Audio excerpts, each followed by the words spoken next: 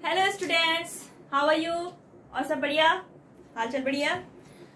अच्छा, आपसे अगर मैं पूछूं कि आप जैसे कोई चीज डिसाइड करते हैं या कोई काम करना चाहते हैं, तो आप उस चीज के लिए कब तक मोटिवेटेड रहते हैं? या मोटिवेशन बहुत जल्दी बनता भी है और डाउन भी होता है? अच्छा, आप अपने आसपास देखिए, आप इस वर्ल्ड में देखिए, बहुत जो सक्सेसफुल पर्सन है या फेमस पर्सन है, तो वो आपको मोटिवेटेड दिखाई देते हैं। मतलब आपको लगेगा कि ये हमेशा मोटिवेटेड रहते हैं, लोगों को भी मोटिवेशन देते हैं। तो ऐसा क्यों होता है? ऐसा मेन इसलिए होता है क्योंकि उनका गोल डिसाइडेड होता है, उनका गोल फिक्स है, उन्हें पता है कि हमारा गोल क्या है। और या फिर उनको ये भी पता है कि हमें इस अपने गोल को पाने के लिए क्या करना है, और उसके लिए वो अपने स्टेप बाय स्टेप प्रोसेस को करते हुए। तो अगर आपने अपनी लाइफ का गोल डिसाइड कर लिया है, तो फिर आपको मोटिवेशन की जरूरत पड़ेगी ही नहीं। आप हमेशा खुद ब खुद मोटिवेशन अपने आप आएगा अंदर से आपको, और आप दूसरों को भी मोटिवेशन देंगे। आप एक बार इसको ट्राई करके, अगर आपने बहुत दिलो दिमाग से, मतलब कोई बहुत ज्यादा इच्छा होती है ना कि हमें ये पाना ही पाना है, अगर आपने वो गोल फिक्स कर लिया, तो आपको मोटिवेशन की कोई जरूरत नहीं पड़ेगी। आप खुद ब खुद मोटिवेटेड रहेंगे और दूसरों को भी मोटिवेशन देखेंगे। आप अपने आसपास किसी को भी देख लीजिए, जो भी आपको सक्सेसफुल दिखेगा या फिर सक्सेस की तरफ बढ़ रहा होगा, वो हमेशा आपको मोटिवेटेड दिखेगा। अच्छा, आप बात करते हैं हमारे ये चैप्टर की। तो आपको जैसे केमिस्ट्री में कोई प्रॉब्लम है या नहीं है? देखो, केमिस्ट्री ना तो बहुत डिफिकल्ट है और ना ही इतना इजी है। तो इसको हम कॉन्सेप्ट अगर क्लियर करते हुए आगे बढ़ेंगे तो हमारे लिए इजी रहेगा। तो इसकी टेंशन आप बिल्कुल मत कीजिए, उसके लिए मैं हूं। बस आपको मेरे साथ बने रहना है, और जो मैं बताती हूँ वो आपको पर डे एक बार खुद करना है। देखिए, मैं यहाँ पे नोट्स नहीं प्रोवाइड करूंगी, ना ही मैं यहाँ पे आपको बोर्ड में लिखूंगी। आपको सिर्फ कॉन्सेप्ट समझना होगा। उसके बाद आप चैप्टर को खुद पढ़ेंगे और नोट्स खुद बनाएंगे। क्योंकि जब आप किसी चीज को समझ के उसको नोट डाउन करते हैं, तो वो आपके दिमाग में बिल्कुल परमानेंटली स्टोर हो जाता है। तो इसलिए आपको सिर्फ मेरे साथ रहना है, कॉन्सेप्ट समझना है। चैप्टर जब आपको समझ में आ जाएगा, आप नोट्स अपने हिसाब से बनाइए। आप जब अपने नोट्स खुद बनाएंगे तो आपको पढ़ने में ज्यादा आसानी भी होगी और अच्छे से समझ में आ जाएगा। तो पहले समझिए, उसके बाद नोट्स, ठीक? तो टेंशन नहीं करने का। और अगर आपने अभी चैनल सब्सक्राइब नहीं कर रखा अभी भी बहुत ज्यादा सिलेबस नहीं छूटा है। आप अभी बेल आइकन दबाइए और चैनल को सब्सक्राइब करिए। चलिए फिर हम लोग बढ़ते हैं। अभी हमने केमिस्ट्री का 10th क्लास का चैप्टर शुरू किया था, केमिकल रिएक्शंस एंड इक्वेशन। तो लास्ट वीडियो में हमने केमिकल रिएक्शन के बारे में पढ़ा था, जिसमें कोई भी सब्सटेंस, एक या दो, आपस में मिलके बिल्कुल कंपैरेटिवली बिल्कुल न्यू सब्सटेंस में कन्वर्ट हो जाते थे, जिसकी केमिकल प्रॉपर्टी, फिजिकल प्रॉपर्टी सभी चेंज हो जाती थी। तो ये हमारी होती थी केमिकल रिएक्शन, यानी कि इसमें कुछ केमिकली चेंज होता है। अगर फिजिकल चेंज की बात कही जाए तो उसमें कोई भी प्रॉपर्टीज में चेंज नहीं होता। मान लीजिए आपका कोई भी है, वैक्स है, अभी सॉलिड फॉर्म में है, अगर वो मेल्ट हो गया तो उसकी केमिकल प्रॉपर्टीज में चेंज नहीं आएगा। कोई बुक है, फाड़ दिया आपने, तो उसकी फिजिकल पोजीशन तो चेंज होगी, लेकिन केमिकल प्रॉपर्टीज में चेंज नहीं आएगा। तो आपको chemical reaction, chemical change, physical change ये समझ में आ गया। तो आज हमारा टॉपिक है केमिकल इक्वेशन। आज हम लोग क्या पढ़ेंगे? Chemical equations. अब जब हम कोई केमिकल रिएक्शन कराते हैं तो उसमें हम क्या लेते हैं? कुछ सब्सटेंसेस लेते हैं, रिएक्शन के बाद प्रोडक्ट बनता है, उसको लिखते हैं। तो हम लोग जनरली क्या करते हैं? मान लीजिए हमने जिंक लिया था, ठीक? जिंक को हम डाइल्यूट सल्फ्यूरिक एसिड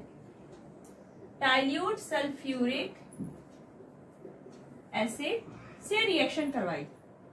हमने रिएक्शन करवाती डाइल्यूट सल्फ्यूरिक एसिड से, तो हमारा क्या बनता था? Zinc sulphate plus hydrogen gas हमारी बनती थी। ये रिएक्शन होती थी। जो हमने पढ़ा था कि हमारी केमिकल रिएक्शन होती है तो क्या क्या हमें चेंजेस समझ में आते हैं, तो उस टाइम हमने रिएक्शन पढ़ी थी। अब ये हमने जो रिएक्शन लिखी है वो हमने किस फॉर्म में लिखी है, वर्ड फॉर्म में। तो ये आपका हो गया वर्ड इक्वेशन, ये आपका क्या है, वर्ड इक्वेशन। अगर हमने किसी इक्वेशन में, अब हमने क्या किया, जो हमारे रिएक्टेंट्स हैं, रिएक्टेंट क्या होते हैं, जो रिएक्ट करते हैं, ये रिएक्शन में रिएक्ट करते हैं, यानी कि जिंक और डाइल्यूट सल्फ्यूरिक एसिड क्या कर रहे हैं, एक दूसरे से रिएक्ट कर रहे हैं। तो ये हमारे क्या हो गए, रिएक्टेंट। और जो प्रोसेस होने के बाद, रिएक्शन होने के बाद जो आपका प्रोड्यूस होता है वो आपके हो जाते हैं प्रोडक्ट्स। तो लेफ्ट साइड हम क्या लिखेंगे, रिएक्टेंट, राइट साइड हमारा आता है प्रोडक्ट। बीच में आपका आता है एक एरो, एरो की डायरेक्शन हमेशा रिएक्टेंट से प्रोडक्ट की तरफ होगी। ठीक, यहाँ पे अगर आप लिख रहे हैं प्रोडक्ट, मैंने नीचे लिखा है, तो रिएक्टेंट से प्रोडक्ट की तरफ होगी। और जो हमारे रिएक्टेंट्स है उनके बीच प्लस साइन होगा, और जो हमारे प्रोडक्ट्स बने हैं उनके बीच भी प्लस का साइन होगा। अब हमें करना क्या है, इस हमने वर्ड इक्वेशन को किसमें लिखा, इनके जो सिंबल्स हैं और जो फॉर्मूलाज हैं, जो हमारे केमिकल्स हैं, इनके जब हम सिंबल्स और फॉर्मूला यूज करके इक्वेशन को लिखेंगे तब हमारी वो इक्वेशन क्या कहलाएगी, केमिकल इक्वेशन। जिंक का सिंबल क्या होता है आपको पता है, Zn। Dilute sulphuric acid H2SO4 बना आपका zinc sulphate plus hydrogen, hydrogen gas बनी। तो ये हमारे क्या हो गए, रिएक्टेंट्स, और ये हो गए प्रोडक्ट्स, ये बीच में आ गए एरो। तो ये हमने वर्ड इक्वेशन जो था उसको हमने सिंबल्स और फॉर्मूला यूज करके जब रिप्रेजेंट कर दिया तो ये हमारी क्या बन गई, केमिकल इक्वेशन। ये क्या बन गई, केमिकल इक्वेशन। ठीक, तो केमिकल इक्वेशन क्या है, representation of a chemical reaction in the form of their symbols and formulas. जब हम जो रिएक्टेंट्स है या प्रोडक्ट्स हैं हमारे, उनके जब हम सिंबल और फॉर्मूलाज का यूज करके केमिकल रिएक्शन को, इक्वेशन को रिप्रेजेंट करते हैं, तब हमारी क्या बन गई, वो केमिकल रिएक्शन को रिप्रेजेंट किया हमने फॉर्मूला सिंबल यूज करके, तो हमारा क्या बन गया, केमिकल इक्वेशन। अब हमारी जो केमिकल इक्वेशन है वो आपकी दो टाइप की होती है, एक तो बैलेंस्ड और दूसरा अनबैलेंस्ड। बैलेंस्ड यानी कि बराबर होना चाहिए, अनबैलेंस्ड यानी कि जो बराबर ना हो। अब हम पढ़ेंगे आपकी बैलेंस्ड केमिकल रिएक्शन क्या है और अनबैलेंस्ड केमिकल रिएक्शन क्या है।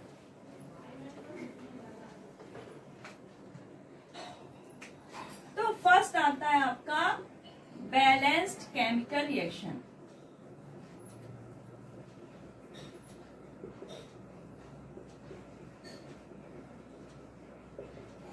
अब बैलेंस्ड केमिकल रिएक्शन क्या होता है, अभी आपने एक रिएक्शन पढ़ी थी, जिंक प्लस H2SO4 आपका बना था जिंक सल्फेट और हाइड्रोजन गैस निकली थी। तो अब यहाँ पे देखिए बैलेंस रिएक्शन में क्या देखेंगे हम, जो हमारे रिएक्टेंट है, ये हमारे रिएक्टेंट है दोनों, और राइट साइड क्या है आपके प्रोडक्ट।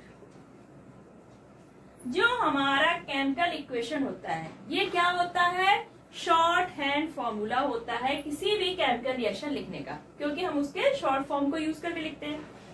अब देखिए हमारा रिएक्टेंट और प्रोडक्ट।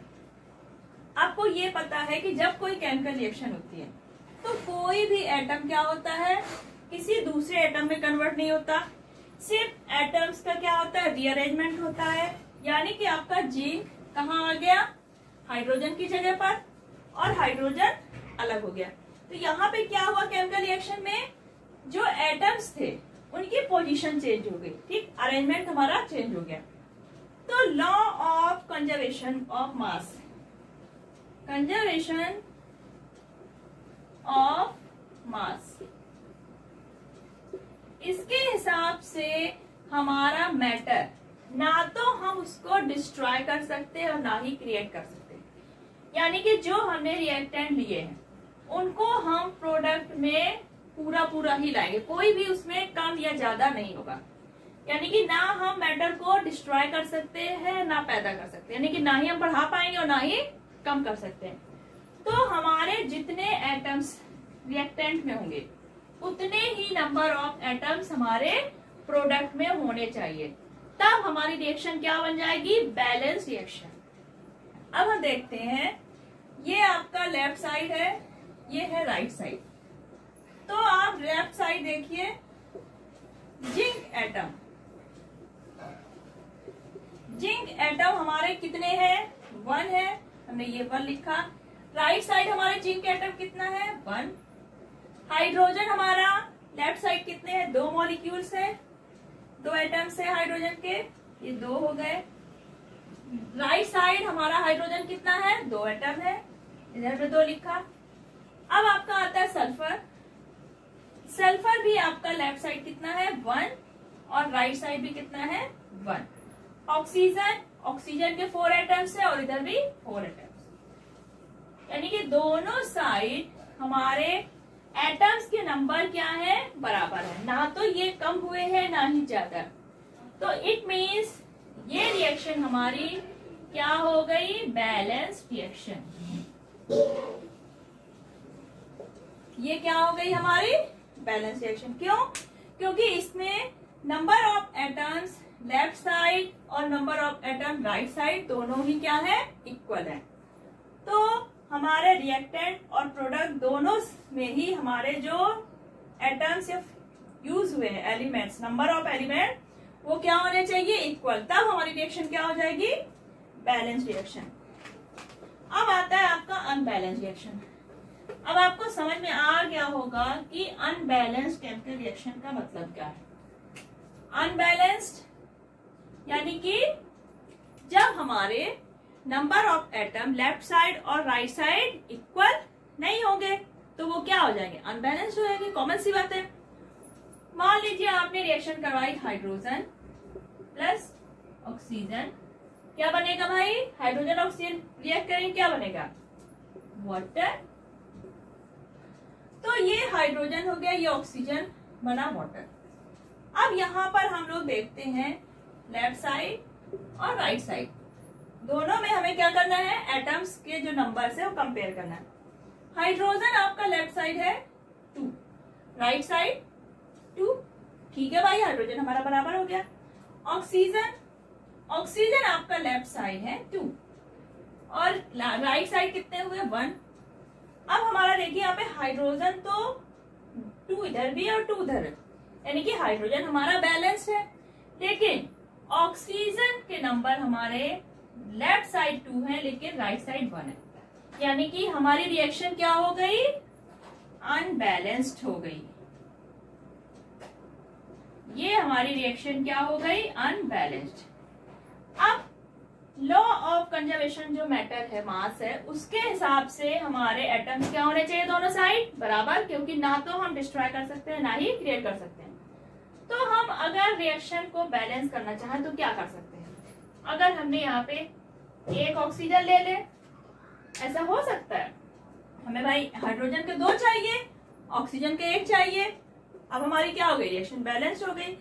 लेकिन हम ऐसा नहीं कर सकते, हम किसी भी फॉर्मूला या एलिमेंट का मॉलिक्यूलर फॉर्मूला नहीं चेंज कर सकते, क्योंकि हमारा ऑक्सीजन क्या है, किस फॉर्म में पाया जाता है, O2 फॉर्म में पाया जाता है, फ्री ऑक्सीजन एटम नहीं पाया जाता। तो हम यहाँ पे किसी के फॉर्मूला में चेंज नहीं कर सकते।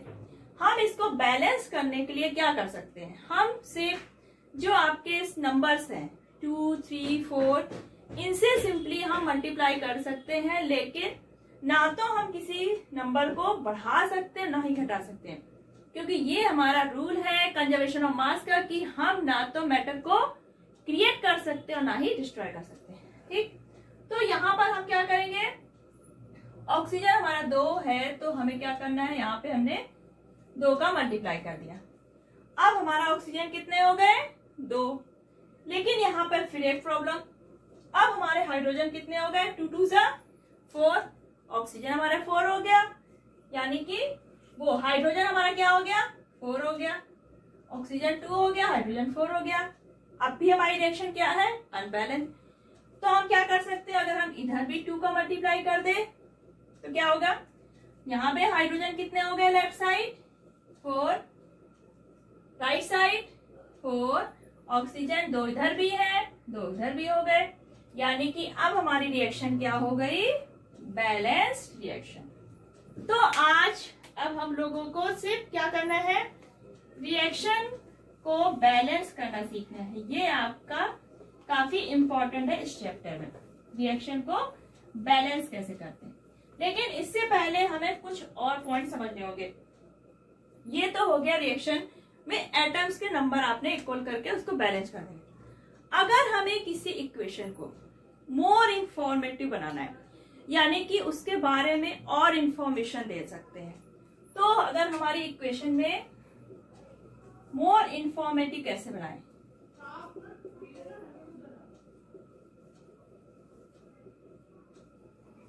किसी इक्वेशन को मोर इंफॉर्मेटिव कैसे बना सकते हैं। जैसे आपका है ये zinc H2SO4 zinc sulphate plus hydrogen. अब यहाँ पे क्या होता है, जब जिंक मेटल यानी कि मेटल है, सॉलिड फॉर्म है, तो हम जो स्टेट्स है, जो मेटल की स्टेट है उसको भी डिनोट कर सकते हैं। अगर सॉलिड है, सॉलिड को हम किससे डिनोट करेंगे, एस। लिक्विड है तो किससे डिनोट करेंगे, small L, small S. Solid हो गया लिक्विड, स्मॉल एल। अगर एक्वस सॉल्यूशन है तो ए क्यू ऐसे शॉर्ट में लिख देंगे। उसके बाद आता है गैसियस, अगर कोई गैस स्टेट में है तो स्मॉल जी से डिनोट कर दें।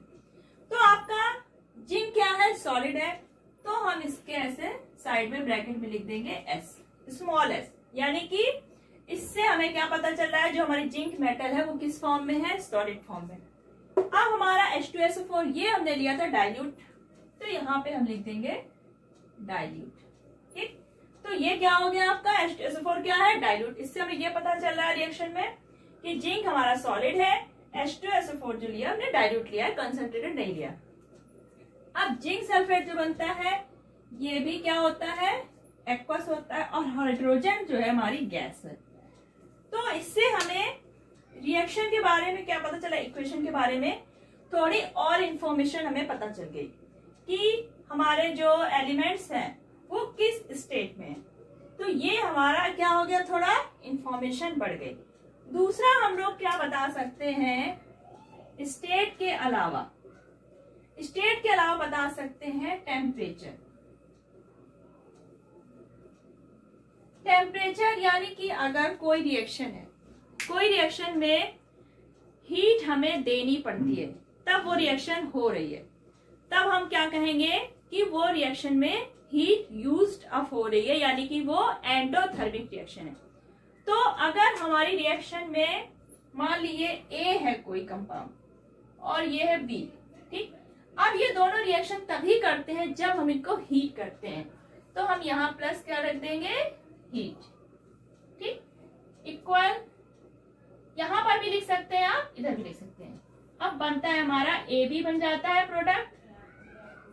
ठीक, अब यहाँ पे देखिए आपके रिएक्टेंट साइड क्या हो गया, हीट, यानी कि रिएक्शन जब हमें करवानी है तो उसमें हीट हमें देनी पड़ रही है। तो ये रिएक्शन हमारी क्या हो गई, एंडोथर्मिक रिएक्शन। Endothermic reaction.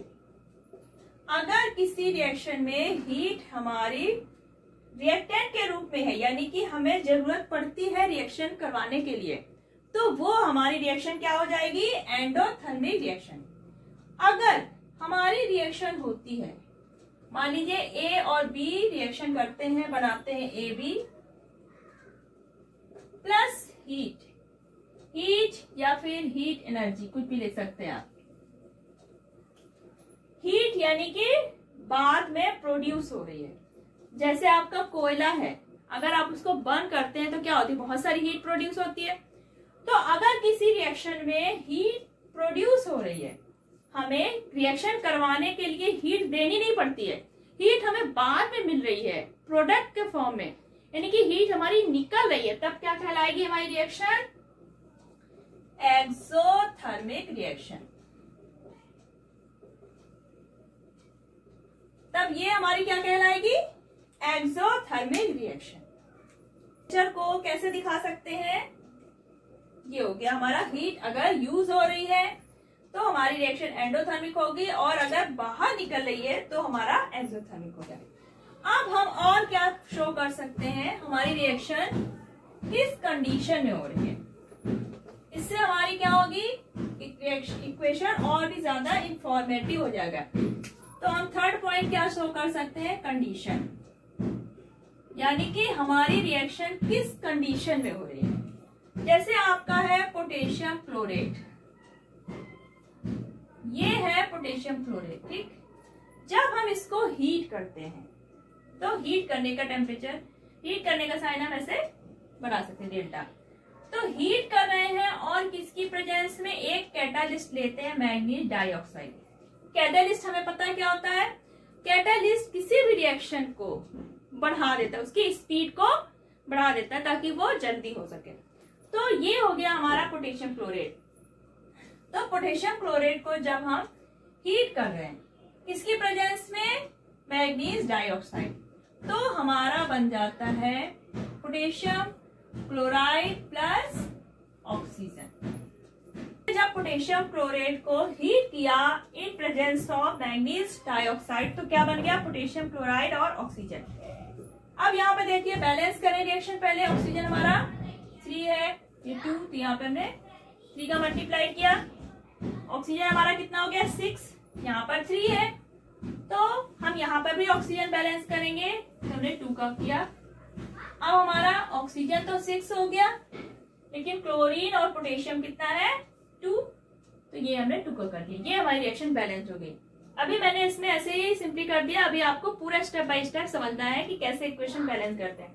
अभी सिर्फ आप ये समझिए कि हम कंडीशन को कैसे शो कर सकते हैं इक्वेशन को मोर इंफॉर्मेटिव बनाने के लिए। तो जो हमारी कंडीशन है इसमें कि पोटेशियम क्लोराइड को हम तभी गर्म कर सकते हैं, हीट कर रहे हैं, रिएक्शन कब होगी? जब हम इसको हीट करते हैं और मैग्नीज डाइऑक्साइड यूज करते हैं। अब जैसे प्लांट्स में हमारी फोटोसिंथेसिस रिएक्शन होती है, तो उसमें क्या होता है?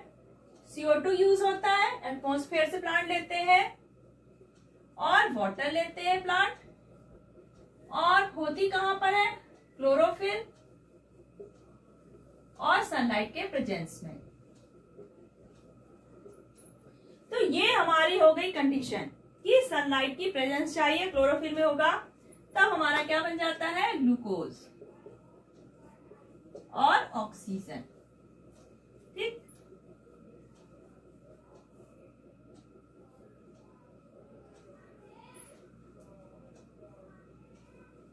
तो ये बना हमारा, ठीक। कार्बन यहाँ पर 6 है, 6 एस्टर, ठीक है।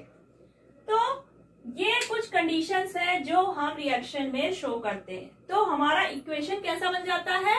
मोर इंफॉर्मेटिव, यानी कि हमें इक्वेशन देख के पता चल जाएगा कि ये रिएक्शन, पहला तो हमें उसकी स्टेट पता चलेगी कि एलिमेंट या जो फॉर्मूला यूज किया है वो सॉलिड है, लिक्विड है, एक्वस है, गैस। फिर वो टेम्परेचर रिलीज कर रही है या यूज कर रही है, यानी कि एक्सोथर्मिक है कि एंडोथर्मिक, ये पता चल जा सकता है। थर्ड, आपकी कंडीशन अगर आप शो करते हैं तो हमें ये भी पता चल जाएगा कि हमारी इक्वेशन जो है, रिएक्शन जो हो रही है वो किस कंडीशन में हो रही है। तो ये तो हमारे जो टिप्स थे जो हमें फैक्ट्स यूज करना है इक्वेशन को जब हम बैलेंस करेंगे। तो हम सबसे पहले इक्वेशन को बैलेंस करना शुरू करेंगे, ठीक है। ये मेन है इस चैप्टर में, अभी स्टार्टिंग में इक्वेशन को बैलेंस करना, हाउ टू बैलेंस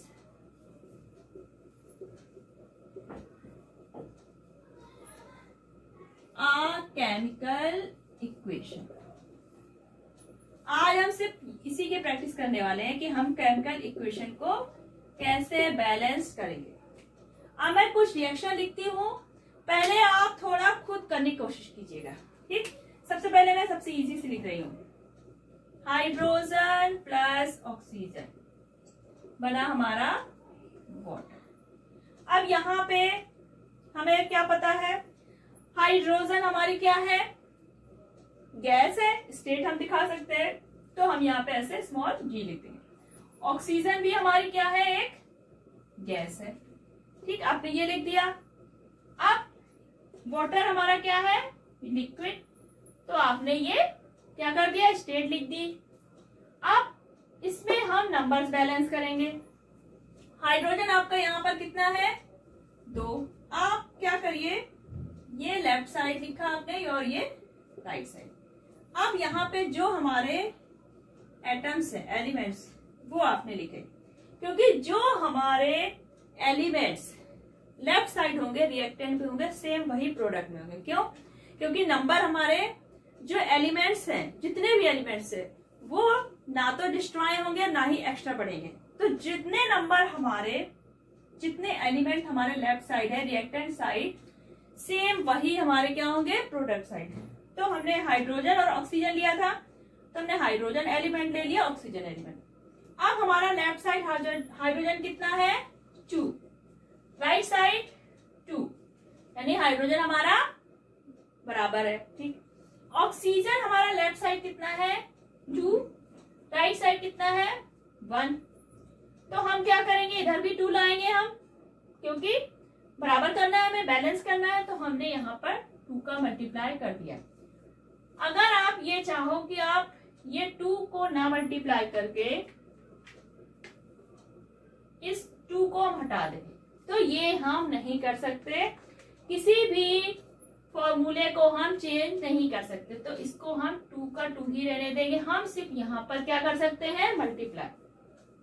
ये आपको गलती नहीं करनी है, कभी भी फॉर्मूला चेंज नहीं करना। अब ऑक्सीजन तो हमारा बैलेंस हो गया, ऑक्सीजन बैलेंस हुआ। अब हाइड्रोजन भाई बुरा मान गए, अनबैलेंस्ड हो गए। अब इनको भी बैलेंस करना पड़ेगा, क्योंकि बिना दोनों बैलेंस की हमारी इक्वेशन क्या होगी, बैलेंस ही नहीं होगी। तो हमने यहाँ पर 4 लाना है हमें हाइड्रोजन, तो हमने क्या किया, यहाँ पर 2 का मल्टीप्लाई कर दिया। तो अब हमारा हाइड्रोजन कितना हो गया, 4, इधर भी 4 और इधर भी, और ऑक्सीजन हमारे कितने हो गए, 2, ठीक। तो ये हमारी इक्वेशन क्या हो गई, बैलेंस। अब हम बैलेंस करना सीखते हैं, ठीक है। अभी हमने पढ़ लिया कैसे बैलेंस करते हैं, क्या क्या इन्फॉर्मेशन दे सकते हैं। तो सबसे पहले हम नंबर बैलेंस करना सीखेंगे, number of reactant, number of product में जितने एलिमेंट्स हैं उनको कैसे इक्वल करना है। तो जैसे आपका दिया पहले वर्ड इक्वेशन, क्या दिया होगा, वर्ड इक्वेशन। तो जब हम वर्ड इक्वेशन से हमें केमिकल इक्वेशन बनाना है, तो हमें पता है सबसे पहले हमें क्या करना है, उसके सिंबल्स और फॉर्मूला यूज करके पहले मतलब इक्वेशन लिखनी है। तो फर्स्ट स्टेप क्या होगा, फर्स्ट स्टेप क्या होगा हमारा, वर्ड इक्वेशन। वर्ड इक्वेशन को चेंज करेंगे हम केमिकल इक्वेशन में। तो फर्स्ट स्टेप रिएक्शन बैलेंस करने के लिए क्या है, वर्ड इक्वेशन को हम किस में लिखेंगे, केमिकल इक्वेशन में। तो हमारा मेथेन का फॉर्मूला क्या होता है, CH4। ऑक्सीजन का क्या हुआ, O2। अब आपका बनता है कार्बन डाइऑक्साइड, यानी कि CO2 प्लस वाटर H2O। तो सबसे पहले हमने वर्ड इक्वेशन को किस में चेंज कर लिया, केमिकल इक्वेशन में, by using symbols and formulas, ठीक। फर्स्ट स्टेप क्लियर, कोई प्रॉब्लम। अब हमारा नेक्स्ट स्टेप क्या होगा, ये हमारे क्या है, रिएक्टेंट और ये है प्रोडक्ट। तो ये हमारे रिएक्टेंट है और इधर क्या हो गया, प्रोडक्ट। आपका लेफ्ट साइड क्या है, रिएक्टेंट, और राइट साइड क्या है, प्रोडक्ट। अब हमें रिएक्टेंट में जितने एलिमेंट्स हैं उनके इधर नाम लिखना है, नंबर ऑफ एलिमेंट्स। तो पहला आता है आपका कार्बन।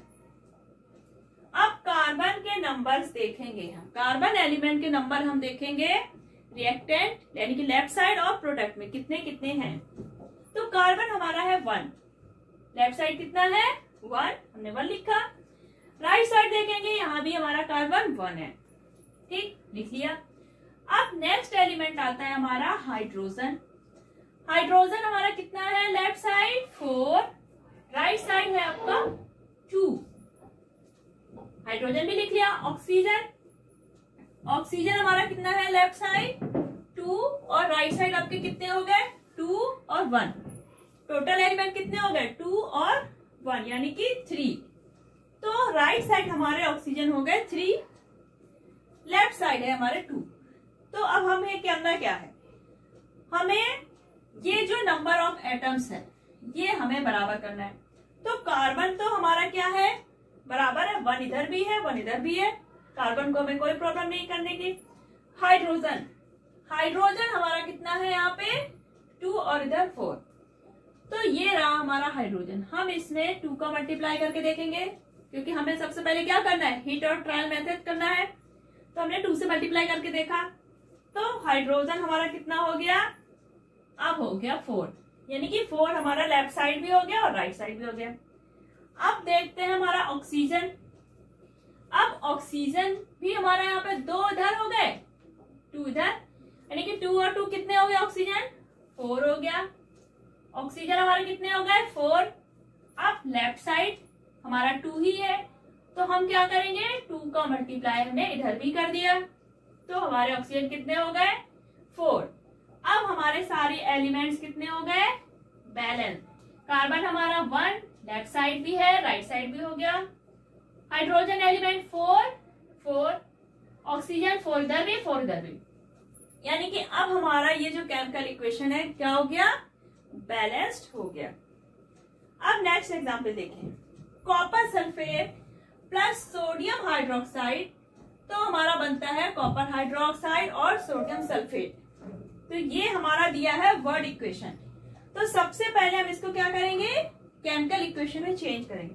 तो आपका हुआ कॉपर सल्फेट CuSO4, ये हो गया आपका copper sulphate plus sodium hydroxide NaOH, ठीक। फिर बनता है आपका कॉपर हाइड्रोक्साइड CuOH का whole twice plus sodium sulphate Na2SO4।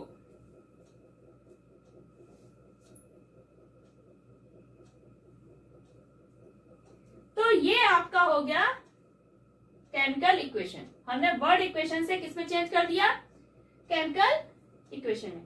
अब हमें देखना है number of element left side and right side. तो हम क्या लिखेंगे यहाँ पे, नंबर ऑफ एलिमेंट्स। आप जब स्टार्टिंग में रिएक्शन बैलेंस करना सीख रहे हैं तब आप ये लिखिएगा, जब आप सीख जाएंगे तब आप एक ही स्टेप में सारे नंबर बैलेंस करके लिख सकते हैं, ठीक। तो अभी हम स्टार्टिंग है, प्रैक्टिस कर रहे हैं, तो अब हम ऐसे लिख के कर लेंगे ताकि हमें इजी रहे। अब यहाँ पे आता है लेफ्ट साइड और राइट साइड, यानी कि ये हमारे हो गए रिएक्टेंट और इधर हो गए हमारे प्रोडक्ट। अब नंबर ऑफ एलिमेंट सबसे पहले हमारा दिख रहा है कॉपर। कॉपर हमारा कितना है, 1 इधर है 1 इधर है, हमने दोनों साइड लिख लिए। सल्फर इधर भी 1 है और राइट साइड भी 1 है, 1 हो गया। ऑक्सीजन के यहाँ पे देखिए 4 और ये 1 5। ऑक्सीजन हमारा कितना हो गया, लेफ्ट साइड 5 एटम्स है इसके, राइट साइड OH2 यानी कि हाइड्रोजन। ऑक्सीजन यहाँ हुआ कितना 2 और ये 4, यानी कि 2 और 4 कितने हो गए 6। तो ये हो गया हमारा 6। सोडियम, सोडियम हमारा है यहाँ पर 1 और यहाँ पे है Na2 यानी कि 2 हो गया। उसके बाद हमारा क्या बचा, हाइड्रोजन। हाइड्रोजन यहाँ पर आपका है 1। राइट साइड देखें तो हमारे हाइड्रोजन क्या है, OH2 यानी कि 2 मॉलिक्यूल्स हो गए, 2 एलिमेंट हो गए। अब हमारा क्या क्या बैलेंस्ड है, क्या अनबैलेंस्ड है। कॉपर आपका बैलेंस्ड है, सल्फर आपका बैलेंस्ड है, ऑक्सीजन बैलेंस करना पड़ेगा, नाइट्रोजन हाइड्रोजन सभी बैलेंस करना है। तो हम क्या कर सकते हैं, सबसे पहले अब यहाँ पे देखिए आपका नाइट्रोजन ऑक्सीजन हाइड्रोजन सभी है यहाँ पे। हम यहाँ पे नाइट्रोजन 2 है, तो अगर हम यहाँ पर 2 का मल्टीप्लाई करके देखते हैं पहले, क्योंकि हमें क्या करना है, हिट और ट्राई मेथड यूज करना है, तो हम पहले ट्राई करके देखेंगे। यहाँ पे हमने 2 का मल्टीप्लाई किया। तो आप जब कभी स्टार्टिंग में शुरू करें प्रैक्टिस इसकी, तो आप पेन की जगह पेंसिल यूज करें, ताकि आप उसको रब करके फाइनल आप अपना रिजल्ट लिखिए। तो हमने यहाँ पे 2 लिया। अब हम देखते हैं कि हमारे एलिमेंट्स कितने कितने हुए। सोडियम हमारा 2 है, 2 उधर भी है, सोडियम हमारा क्या हो गया, 2 हो गया, यानी सोडियम हमारा बैलेंस हो गया। ऑक्सीजन ये कितने हो गए आपके, 2, यानी कि ऑक्सीजन भी हमारे नहीं 2 ये हो गए और ये 4, यानी कि कितने हो गए, 6। ठीक, ऑक्सीजन हमारा बैलेंस्ड हो गया, नाइट्रोजन बैलेंस हो गया। हाइड्रोजन, अब ये 2 का मल्टीप्लाई किया है, यानी कि हाइड्रोजन भी आपका 2 हो गया और हाइड्रोजन आपका इधर भी 2 है। तो आपकी ये रिएक्शन क्या हो गई, बैलेंस्ड हो गई। अब हम थोड़े कुछ एग्जाम्पल्स और देखेंगे, उसके बाद आपको कुछ होमवर्क में मिलेगा, आपको खुद से भी प्रैक्टिस करनी है। की रिएक्शन करवाते हैं हम स्टील से, तो बनता है आयरन ऑक्साइड एंड हाइड्रोजन। तो हमें क्या करना है, पहले वर्ड इक्वेशन को हम केमिकल रिएक्शन में चेंज करेंगे। इक्वेशन में आयरन का फॉर्मूला Fe प्लस स्टीम यानी कि वाटर H2O, आपका बनता है iron oxide Fe3O4 plus hydrogen. ये आपने वर्ड इक्वेशन को किसमें लिखा, केमिकल इक्वेशन में। अब यहाँ पर हम एलिमेंट देखेंगे, आयरन कितना है इधर 1, यहाँ पर कितना है 3, हाइड्रोजन यहाँ पर कितना है 2, उधर साइड भी आपका 2 है, ऑक्सीजन 1 और वहां पर 4। अब हमें बैलेंस करना है। सबसे पहले हम देखेंगे क्या, आयरन।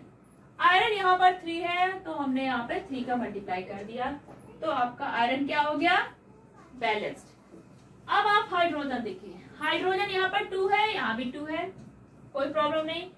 ऑक्सीजन उधर क्या है 4 है, यहाँ पर 2 है, हमने यहाँ पे 4 मल्टीप्लाई करके देखा, ऑक्सीजन हमारे 4 इधर भी हो गए, लेकिन हमारा हाइड्रोजन क्या हो गया, अनबैलेंस, 4 2 जा 8 हो गया। तो हम क्या कर सकते हैं, अगर हम इधर भी 4 का मल्टीप्लाई कर दें, तो हमारे hydrogen both side will be 8। तो हमारी इक्वेशन क्या हो गई, बैलेंस। सिंपल है, आपको hit and trial method use करके कोशिश करेंगे, हो जाएगा। तो ये रहा आपका होमवर्क। ये 5 रिएक्शंस है जिनको आप पहले वर्ड इक्वेशन से केमिकल इक्वेशन में चेंज करेंगे, उसके बाद बैलेंस करेंगे। हाइड्रोजन की रिएक्शन कराते हैं क्लोरीन से, तो बनता है हाइड्रोजन क्लोराइड। सेकेंड है हाइड्रोजन प्लस नाइट्रोजन, बना आपका अमोनिया।